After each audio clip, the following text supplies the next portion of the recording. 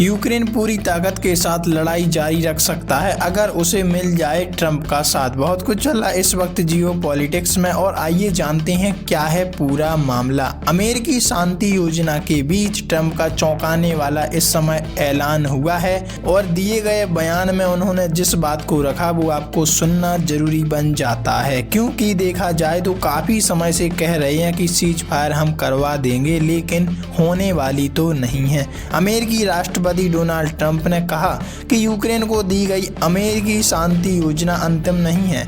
यूरोपीय देशों ने इस मसौदे पर सख्त आपत्ति जताई, जबकि पुतिन ने इसे बातचीत का आधार बताया है। अब ये किस तरह से सही है और किस तरह से गलत, आने वाले समय में अच्छे से पता चल जाएगा। लेकिन अमेरिकी राष्ट्रपति डोनाल्ड ट्रंप ने व्हाइट हाउस में पत्रकारों से बातचीत के दौरान साफ कहा कि अमेरिका ने जो शांति मसौदा कीव को भेजा है वह उनकी अंतिम पेशकश नहीं है। उन्होंने यह भी जोड़ा कि अगर यूक्रेन चाहता है तो वह पूरी ताकत के साथ लड़ाई जारी रख सकता है और उसमें हम साथ नहीं देंगे। ट्रंप ने दावा किया कि अमेरिका इस संघर्ष को किसी भी स्थिति में खत्म करवाएगा और यूक्रेन से 27 नवंबर तक जवाब देने की अपेक्षा की गई है। इस बातचीत में ट्रंप ने यह भी कहा है कि अगर 2022 में भी राष्ट्रपति होते तो रूस यूक्रेन युद्ध कभी शुरू ही नहीं होता। अमेरिकी राजनीति में एक बड़ी हलचल तब हुई जब रिपब्लिकन सीनेटर माइक राउंड्स ने बताया कि विदेश मंत्री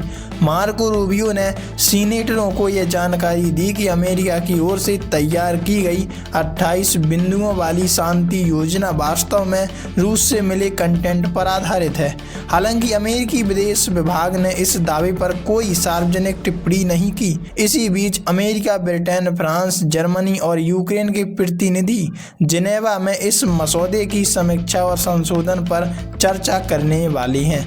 देश सबसे मुश्किल फैसलों के सामने। जेलेंस्की। यूक्रेन के राष्ट्रपति व्लादिमीर जेलेंस्की ने अमेरिकी प्रस्ताव पर चिंता जाहिर करते हुए कहा है कि कीव इस समय अपने इतिहास के सबसे कठिन दौर में है। उन्होंने कहा कि अमेरिका से आने वाला ये मसौदा रूस के हितों के करीब दिखाई दे रहा है और हमें दरकिनार करता जा रहा है, और यूक्रेन पर इससे मनमाने दबाव भी बढ़ रहे हैं। जेलेंस्की का कहना है कि उन्हें तय करना होगा कि देश अपनी गरिमा को बचाए या फिर एक बड़े सहयोगियों को खोने का जोखिम उठाए।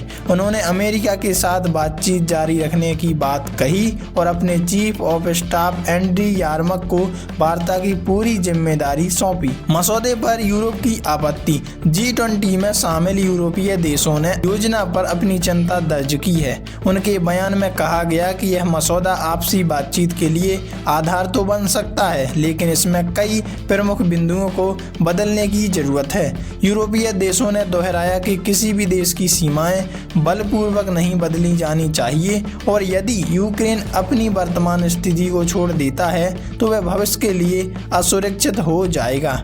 लीक हुई अमेरिकी मसौदे में यूक्रेन से पूर्वी डोनेट्स्क के कुछ हिस्से छोड़ने की बात, रूस के नियंत्रण वाले क्षेत्रों को मान्यता देने और खेरसोन जापोरिजिया में युद्ध रेखा को स्थिर करने जैसे सुझाव शामिल बताए गए। वैसे आपकी राय में आप इस पर किस तरह की प्रतिक्रिया दोगे कमेंट में लिखकर जरूर बताइएगा।